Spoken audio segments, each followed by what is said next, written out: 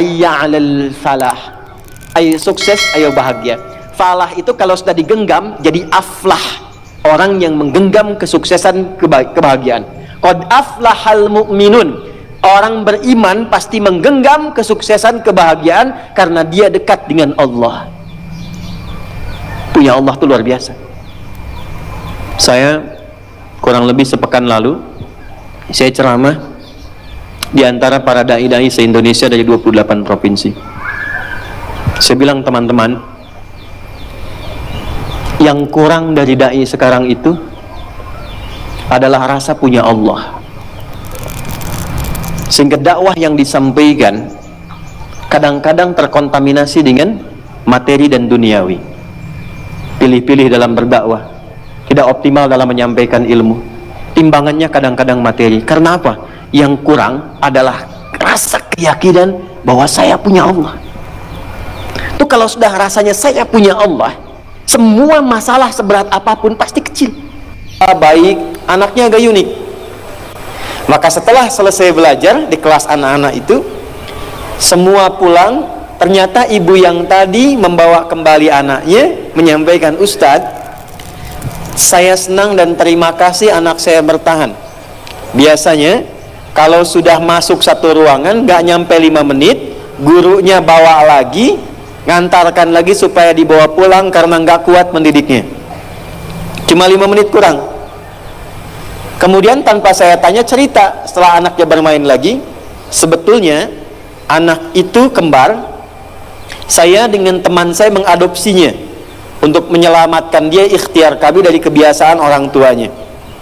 Jadi ayahnya itu suka mencuri, ibunya suka mabuk. Jadi saat mengandung itu pun masih mabuk. Makanya ketika dilahirkan untuk menyelamatkan, kedua orang tuanya itu diamankan, anaknya dididik salah satunya oleh ibu tadi. Dan itu tidak mudah mengeluarkannya karena harus dibersihkan. Selain dengan kebersihan pikiran, ya, kemudian kebersihan ibadah, juga yang kedua, yang kotornya mesti keluar, yang baiknya mesti masuk. Karena ketika jadi daging jadi karakter. Baik. Maka itu doa yang pertama setiap pekan, supaya minta kepada Allah dilindungi dari semua yang haram sehingga menjadikan sekeluarga itu jadi baik. 2, wa aghnina bi ta'atika am ma'siyatik. Berikan kami kemampuan yang luas untuk menaatimu ya Allah dan menghindari dari maksiat. Izin ya Bu ya, teman-teman yang akhwat, kita itu kalau cuman karena kemampuan pribadi belum tentu bisa hindari dari maksiat. Bangun tidur sudah bisa maksiat itu, ya. Kalau cek handphone yang kebuka apa? Yang diupdate status siapa? Yang dilihat suami sendiri apa suami orang lain? Kemudian apa-apa yang tidak boleh dilihat terlihat, apa-apa yang tidak didengar terdengarkan. Kalau bukan karena rahmat Allah yang memberikan kemampuan untuk menjaga diri seperti itu, tentu tidak mudah menjaga diri dari perbuatan yang salah. Maka yang tadi itu mendatangkan nanti kekuatan dari Allah untuk menguatkan jiwa tatkala di hadapan pada pilihan yang sulit. Ibu punya suami, gajinya 100 miliar misal setahun, tapi tidak ada waktu untuk sholat. Atau gaji 1 juta dalam sebulan, tapi sholatnya bisa enak sambil tahajud. Nggak ada pilihan ketiga ya, ingat ini, saya sampaikan dari awal. 100 miliar setahun tapi nggak sholat, atau 1 juta sebulan enak sholat, pilih mana? Masa 1 juta tapi halus banget tuh ya. Itu nggak mudah loh, ya udah. Karena saat tetangganya sudah ganti mobil, di rumah masih motor, kan sudah mulai ya, pelan-pelan. Nah itu kekuatan untuk meminta kepada Allah perlindungan dan kemampuan untuk mengejar yang baik yang Allah ridhai. Yang ketiga, wa bi fadlika amman siwa. Minta semua yang utama. Jadi kalau anak-anak sekolah pengen sama Allah, ya Allah berikan prestasi yang paling utama. Jadi kalau ada yang ranking 1, dia di atasnya lagi, setengah lah misalnya. Yang paling unggulnya, kalau hafal Quran bukan sekedar hafal, kemampuan untuk mengamalkannya. Kalau jadi ibu bukan hanya ibu yang baik, tapi ibu yang paling utama. Dan di antara sekian ibu yang utama yang pernah berkehidupan di bumi, yang teragungnya adalah Sayyidah Khadijah radhiyallahu taala anha. Ini bagian kedua kita belajar, mungkin eventnya agak berbeda. Karena itu saya minta konsentrasi agak lebih fokus, karena biasanya mengajar di masjid dengan panggung seperti ini, itu kesuasana hatinya agak berbeda. Saya mohon tenangkan dulu hatinya, tarik nafas baik-baik, supaya apa yang disampaikan nanti meresap ke dalam jiwa, keluar dari sini mesti dapat sesuatu yang berbeda. Ya, saya tidak ingin masuk dan keluar sama, harus berbeda. Ya, yang sama itu ya sendalnya lah, masuk sendal, keluar sendalnya sama, ya. Baik, tapi keadaan hatinya mesti berbeda. Sudah siap untuk belajar? Baik ya, bismillah kita mulai. Saya bukan ingin tausiah ya. Saya bukan motivator, bukan memberikan tausiah, tapi saya alim dari ulama memberikan pengetahuan. Harus dibedakan. Baik, kita mulai ke bagian kedua. Teman-teman yang akhwat yang baru bergabung, cek dulu di tayangan pertama sebelumnya, karena saya tidak ingin mengulang supaya waktunya tidak terlampau habis. Siapa Sayyidah Khadijah, nasabnya dari mana, ketemu nabinya seperti apa, sebelum masuk Islamnya seperti apa, itu sudah saya tuntaskan di edisi pertama. Sekarang kita masuk ke bagian keduanya. Bagaimana beliau bisa menata kurikulum dalam kehidupan rumah tangganya yang saat bersamaan bisa diterima oleh Allah dan Rasulnya, dan menempatkan beliau menjadi salah satu perempuan bukan hanya ahli surga, tapi pemimpin perempuan di surga. Dan kurikulumnya sudah diturunkan sampai kita bisa pelajari sekarang. Baik, kita mulai saja dengan cepat. 1. Setelah berumah tangga dengan Nabi sallallahu alaihi wasallam, Sayyidah Khadijah tidak pernah merubah kebiasaannya. Dari yang pertama ini, apa itu? Beliau selalu menyesuaikan setiap aktivitasnya dengan visi dan agenda yang terukur. Jadi Sayyidah Khadijah itu, para ibu sekalian, itu diantara perempuan yang beraktivitasnya bukan apa adanya gitu. Kalau bahasa Koreanya, bukan engke kumaha, tapi kumaha engke gitu ya. Nanti bagaimana, bukan bagaimana nanti. Karena itu, dari sejak sebelum diutusnya Nabi, itu beliau sudah meriset, rajin bertanya, sudah tahu akan ada Nabi diutus, maka beliau mengamati setiap aktivitas masyarakat yang kira-kira mendekati tanda-tanda kenabian itu. Itulah pada akhirnya beliau menemukan itu ada pada Nabi Muhammad SAW, dan menjadikan itu sebagai bagian dari target pendamping kehidupannya. Makanya kemarin saya akhiri di sesi yang pertama tentang Sayyidah Khadijah, boleh sebetulnya perempuan itu ingin menentukan calon jodohnya itu bisa. Jadi tidak harus menunggu laki-laki dilamar. Ya, dia boleh bergerak ketika melihat ada yang kualifikasinya bagus. Dia bisa siapkan satu strategi lewat orang terdekat yang memungkinkan bertaaruf untuk dilamarkan. Itu bisa.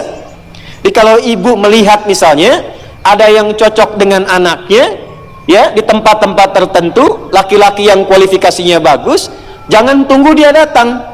Ibu berikan jalan supaya anaknya tersambung dengan dia. Itu fikih pertama Sayyidah Khadijah.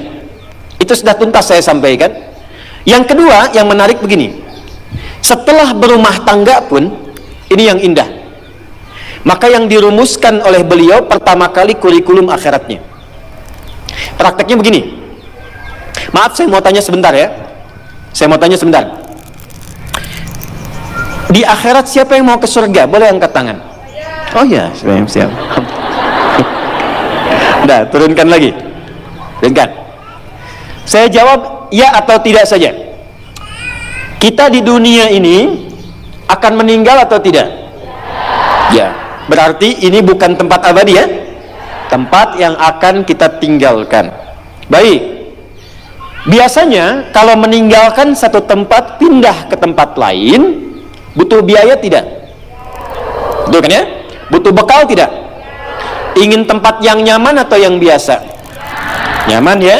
Makanya mau ke Sabuga pun kan kesini Kenapa datang dari awal-awal? Supaya bisa menempati posisi yang strategis. Kan? Oke.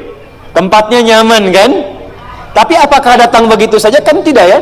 Ada medannya, ada jalannya, pikirannya, biayanya, macam-macam. Jadi pindah tempat ke Sabuga saja butuh perhatian, apalagi pengen ke surga. Modalnya bukan lato-lato. Firdaus, nggak bisa. Ya. Maka apa yang dilakukan? Nggak, saya mau ajak jalan berpikirnya dulu. Jadi kita di interdunia saja sudah merumuskan, ibu kan siapkan ya, anak saya masuk dari TK-nya ini, SD-nya ini, sampai ke kuliahnya, ingin dapat sesuatu kan? Targetnya dari atas kan? Nah, Sayyidah Khadijah membalik itu. Kurikulumnya ditarik oleh beliau itu sampai akhiratnya. Jadi kalau sekarang pengen ke surga, surga kan ada 8 tingkatan ya. Tertingginya surga Firdaus. Implementasi gampangnya begini. Kenapa kita tidak membuat kurikulum surgawi turunkan ke bumi? Siapa penghuni surga Firdaus itu? Turunkan kriterianya, bikin ke bumi. Nah, Sayyidah Khadijah itu nggak tanggung-tanggung membuat kurikulum tertinggi, bukan hanya menjadi pendamping Nabi di dunia, tapi juga pendamping Nabi di akhirat kelak. Karena itulah sejak menikah dengan Nabi, beliau sudah paham tugas suaminya apa, medan yang akan ditempuh bagaimana. Maka beliau turunkan kurikulumnya dan disiapkan itu sebagai bekal mendampingi Rasulullah SAW. Itu satu. Makanya nggak pernah ada kejadian Nabi di luar rumah yang dialami, segelisah apapun, itu sampai ke rumah itu jadi tenang, Bu. Dan itu cuma melihat wajah Sayyidah Khadijah saja. Bisa kebayang nggak, Bu? Di rumah suami gelisah, saya langsung pakai hadis saja ya. Hadis riwayat Al-Bukhari di kitab Bad'ul Wahyi, sampai hadis ke nomor 3 dari Jabir bin Abdullah radhiyallahu ta'ala anhu. Nabi naik ke Gua Hira setelah periode Iqra. Wahyunya ternyata siang-siang belum turun, maka beliau putuskan turun dulu, pulang ke rumah. Ternyata di perjalanan ada suara manggil, Muhammad, Muhammad, Muhammad. Tengok kanan kosong, kiri kosong, belakang gak ada orang, lihat ke atas. Kata Nabi, ada sosok besar seperti duduk antara langit dan bumi melihat Muhammad, Muhammad. Saya tanya ibu ya, Bu ya. Ibu keluar dari Sabuga siang-siang setelah pengajian, bagian terakhir, begitu keluar ada yang manggil, "Cu." Cu. Naon ah. Tengok kanan kosong, kiri kosong, depan gak ada orang, lihat ke atas, jubah putih, badan besar, rambut panjang, lucu. Kira-kira respon Anda bagaimana? Lari. Itu wajar. Makanya bahasa hadisnya, faru'ibtu minhu, maka bulu kudukku naik, aku berjalan cepat-cepat pulang, gelisah. Dan ini periode setelah Iqra, karena saat Iqra malaikat Jibril masih nyamar jadi laki-laki, tapi yang ini menampakkan rupanya Nabi belum pernah lihat. Maka dengan akumulasi kegelisahan beliau pulang, itu buka pintu rumah, zammiluni zammiluni, selimuti aku, melihat wajah istrinya, itu setengah kegelisahannya hilang, setengahnya. Dan ketika mendengar kata-katanya diselimuti, bahasa kitanya kurang lebih terjemah yang agak dekatnya, suamiku sayang, engkau itu orang baik, kau menyambung tali persaudaraan, kau membantu banyak orang, kau tidak pernah punya musuh, yakinkan pada jiwamu yang paling dalam, aku akan bersamamu dalam suka dan duka. Kapan terakhir ibu menyampaikan itu pada suami? Dan kata-kata itu luar biasa, mengalirnya dari hatinya, dari rahmahnya. Kan ada sakinah, ada mawaddah, ada apa? Apa beda mawaddah dengan rahmah itu apa? Kalau mawaddah, kasih sayangnya lewat materi. Maddah, ngasih hadiah. Suami tiba waktu lahirnya, ibu masakan kesukaannya, itu mawaddah namanya. Ayah, selamat milad ya, mubarak, semoga tetap menjadi ayah yang baik, suami idaman, kan? Diberikan makanan, itu muncul rasa sayang, itulah mawaddah. Ibu misalnya sedang cemberut, suami pulang datang, suami senyum, mama, masya Allah, kayaknya kenal ya, Ini iPhone 14 misalnya. Nah, itu mawaddah namanya. Tapi madah, materi, itu pemberiannya fisikal. Kadang-kadang nggak awet, hilang, selesai. Makanya waktu pernikahan, kenapa ada mahar? Dan kenapa dianjurkan yang bisa dipakai? Untuk mengingatkan rasa kasih kalau ada perbedaan pendapat dan perselisihan. Jadi kalau ada sedang beda pendapat, sedang rasa nggak enak, tiba-tiba sholatnya pakai mukena yang diberikan saat akad, itu ingat lagi, luluh hati. Suami pun ingat kembali, luluh hati. Itu hikmahnya. Tapi kadang-kadang nggak abadi. Suami mau sholat, lihat ibu sudah nggak pakai mukenanya, kan sudah berbeda. Maka di saat itulah muncul rahmah. Rahmat itu kasih sayang yang keluar secara dalam dari lubuk hati. Nah, Sayyidah Khadijah punya itu. Dan itu nggak mudah menampilkan itu. Makanya setelah periode itu, apapun yang dialami Nabi di luar, gangguan dari Abu Jahal, keluarga sendiri Abu Lahab, dan abu-abu yang lainnya, ya, itu saat pulang ke rumah tetap sekuat, sehebat apapun masalah di luar, pulang ke rumah lihat beliau netral semua, tenang lagi. Coba dicek ya, suami pulang dari kantor, di jalan banyak kemacetan, di kantor banyak masalah, Assalamualaikum, buka rumah, ibu sambut di depan, ayah, abi. Coba lihat, kalau masalahnya hilang setengah saja, Ibu Khadijah.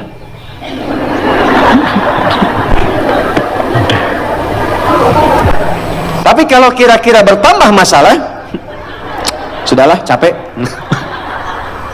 Berarti ada kurikulum yang harus kita pelajari dulu. Jelas sampai sini?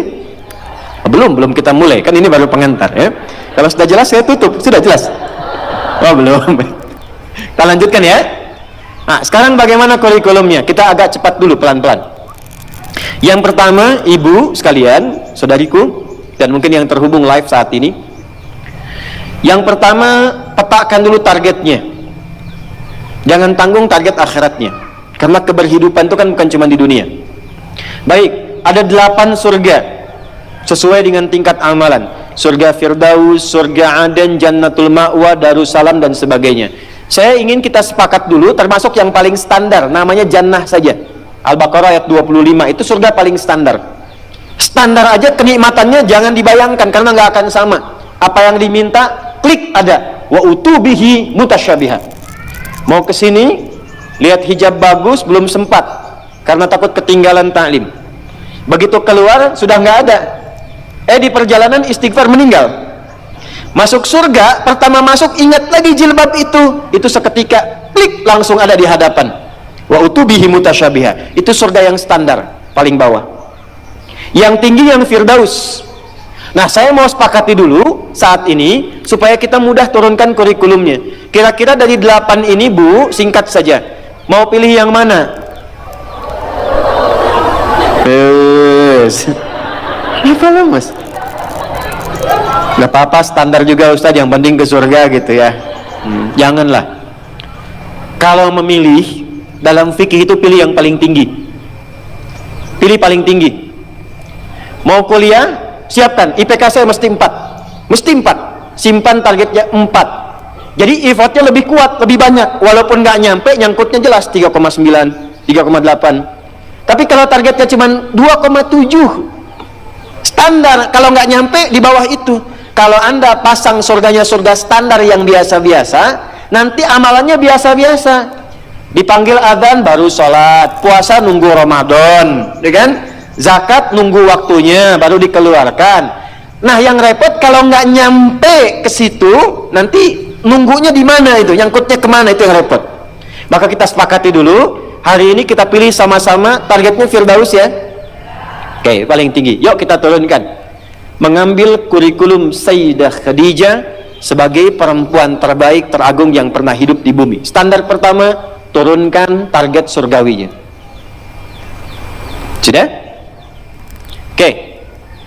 Dalilnya dulu supaya lengkap ya. Quran surah ke-23 ayat 1 sampai 9. Quran surah 23 Al-Mu'minun ayat 1 sampai 9. Pelan-pelan. Nah, setelah ibu dapat, karakternya turunkan ke bumi, Bu. Value-nya, nilainya.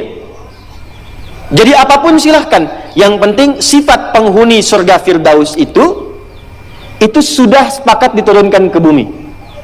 Apa yang pertama kali dilakukan? Ini yang paling menarik. Kalau Sayyidah Khadijah kan nggak perlu diskusi, otomatis ikut Nabi kan? Karena Nabi kan pemimpin yang terbaik. Jelas, Nabi tertinggi diikuti langsung. Tapi kan suami ibu bukan Nabi. Ada yang suaminya Nabi di sini? Tidak ada ya? Karena suami bukan Nabi, suami bukan Rasul, maka di sini pentingnya untuk duduk bersama-sama, memetakan kesepakatan tentang target akhirat ini. Duduk, Pak, nanti apa yang mau kita raih ke depan saat kita berpulang? Sepakat enggak? Kalau kita menginginkan menjadi hamba terbaik, penghuni surga Firdaus, ya atur aja sama mama deh, gimana mama aja. Nah, itu berarti pelan-pelan menyesuaikannya. Tarik lagi, dorong lagi, fokus baik-baik. Oke, sepakat. Kalau sudah sepakat, keluarkanlah kurikulumnya. Di sini kemudian siapkan perannya. Dan ibu nggak usah ragu, Bu, ya, untuk berdiskusi demikian. Karena di Quran, ketika masuk surga itu, ingat Adam dengan Hawa? Bu, Adam pasangannya siapa? Hawa. Ketika dipasangkan dengan Hawa, kalimatnya zauj. Buka Quran surah kedua ayat 35. Wa qulna ya adamuskun anta wa zaujukal jannah. Ketika akan masuk surga, itu Adam dengan Hawa bersamaan, kalimatnya satu, zaujun. Zauj itu asalnya adalah dua yang saling melengkapi. Jadi nggak tunggal. Dua yang saling melengkapi, tidak tunggal. Contoh begini. Ini tangan kanan ya. Ini kiri. Ini kaki kanan, ini kiri. Kaki kanan dengan kiri itu kelihatannya seperti sama-sama kaki. Yang kanan jarinya 5, yang kiri 5. Tapi ternyata ini baru disebut sempurna fungsinya jika ada pasangannya dan berjalan saling melengkapi. Lihat, apakah sepatunya sama nggak kanan dengan kiri? Padahal sama-sama kaki kan? Yang kedua, kalau berjalan itu keduanya jalan bersamaan atau gantian? Kanan ke depan, kiri di belakang. Kiri maju, kanan di belakang. Jika Anda memaksakan jalan bersamaan, nggak akan pernah sampai ke tujuan dan bisa terjatuh, ya kan? Yang ingin ditekankan di sini adalah itu sifat zauj. Jadi begitu ada peran yang kanan, yang kiri support. Peran yang kiri, yang kanan support. Kalau Anda menginginkan suami jadi orang soleh, jangan banyak dituntut suaminya. Ibu berusaha menjadi solihah, sehingga dengan ibu menjadi solihah, energinya kepada suami akan tertarik. Bantu suami menjadi soleh. Sama saya katakan di pengajian para ayah, jika ingin menjadikan istrinya itu solihah, jangan banyak dituntut. Anda laki-laki jadi soleh, maka aura kesolehan itu akan menebar kepada istrinya. Maka disinilah penting, jangan ragu untuk diskusi, menyampaikan visi ke depan sepanjang ada nilai kebaikan, karena di titik ini antara suami dengan istri itu disatukan oleh Allah untuk saling melengkapi. Jadi kalau suami masih sibuk dengan pekerjaan, belum ingat akhirat, ibu perbaiki diri dulu. Itu caranya.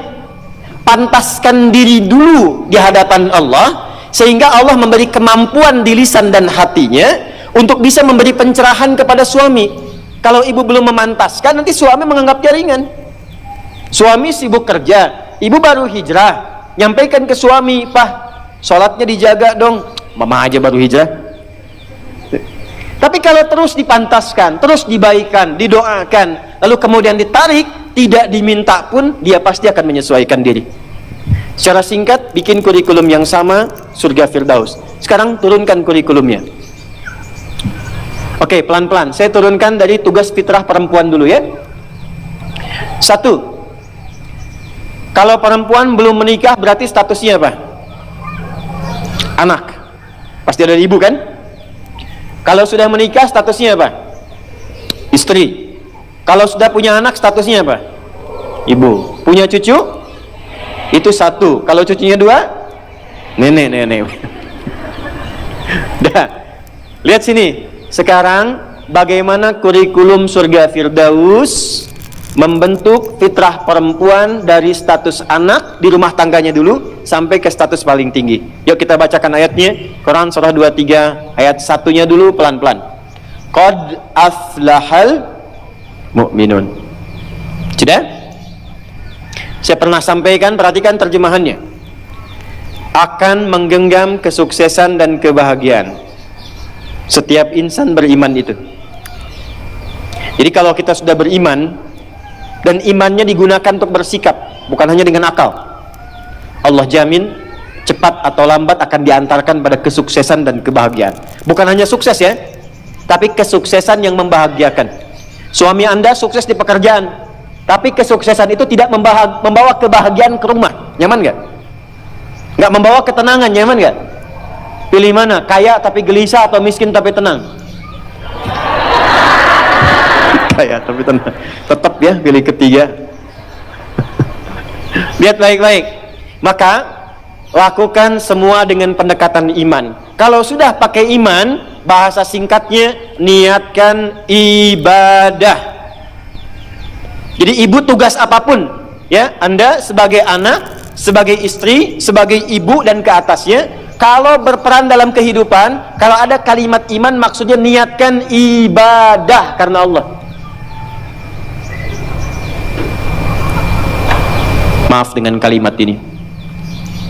Ibu merawat anak, memandikan, menyekolahkan, menyayangi, memeluk sebelum tidur. Saya tanya, itu karena sayang, karena cinta, atau karena ibadah? Masa? Kalau ibadah itu pasti karena Allah, kalau iman pasti karena Allah. Alladzina yu'minuna bil ghaib. Ini ada, saya lihat anak-anak dia, ibu tuh merawat, menggendong, mendidik dan sebagainya kepada anak karena sayang atau karena Allah? Apa standarnya? Standarnya ketika kita mengerjakan semua karena Allah, maka ukurannya semua yang dikerjakan akan dipastikan sesuai dengan ketentuan Allah. Di mana disekolahkan anak ibu? Jangan-jangan Anda mengatakan saya mendidik karena Allah, tapi Anda sekolahkan di tempat yang tidak pernah mengenal Allah. Di sekolahnya nggak ada pelajaran sholat, nggak ada baca Quran. Apa yang Anda berikan untuk anak Anda? Lihat pakaiannya, katanya karena Allah, tapi dia menggunakan pakaian yang auratnya terbuka yang Allah nggak suka. Lihat mainannya, apa yang ia kelola dengan mainan itu? Apakah mendekatkan pada Allah atau menjauhkan dari Allah? Lihat tayangannya, apa yang dia tonton yang menjadi tuntunan dia dalam berkehidupan. Kalau ada anak kata-katanya kotor, ada anak perilakunya menyimpang, yang pertama dilakukan, jangan dulu pojokkan dan marahi anaknya, kembalikan kepada sikap orang tuanya. Istighfar dulu. Maka mulai hari ini, kalau Anda ingin mengikuti jejak Sayyidah Khadijah, mulai sekarang gerbangnya dibuka. Niatkan semua kegiatan karena Allah. Nah, apa yang harus dilakukan pertama kali untuk itu? Lanjut ayat keduanya. Alladzina hum fi salatihim khashi'un. Pelan-pelan. Kurikulum yang pertama dimulai dari salat. Saya ulangi, dimulai dari apa? Kata Allah, penghuni surga Firdaus itu terlihat yang pertama dari ciri salatnya, bukan sekedar menunaikan salat, tapi dia mencoba untuk mendapatkan kekhusyuan dalam salatnya. Pelan-pelan. Ini saya belum bicara dengan suami ya, bicara status ibu dulu, sebagai istri, sebagai ibu, sebagai anak. Maka kalau ingin levelnya naik, mengikuti jejak Sayyidah Khadijah, maka yang pertama dibangun hubungan dengan Allah dulu.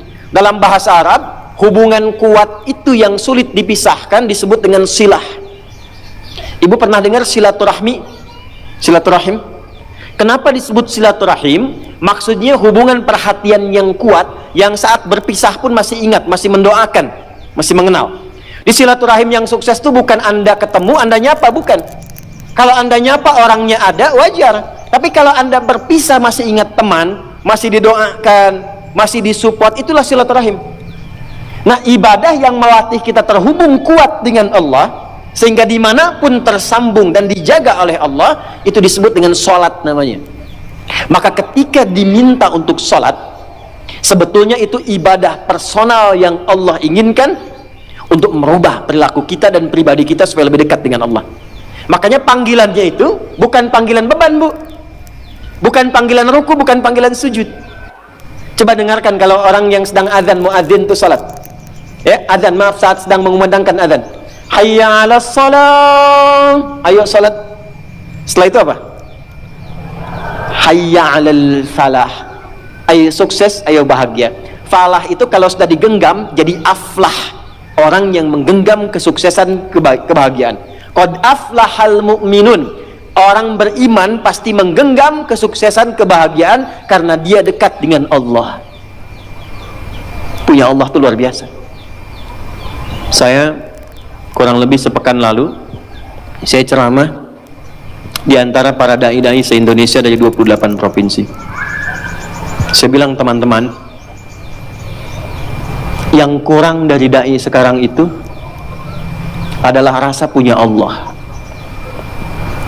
Sehingga dakwah yang disampaikan kadang-kadang terkontaminasi dengan materi dan duniawi.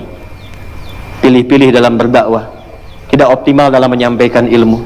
Timbangannya kadang-kadang materi. Karena apa? Yang kurang adalah rasa keyakinan bahwa saya punya Allah. Itu kalau sudah rasanya saya punya Allah, semua masalah seberat apapun pasti kecil.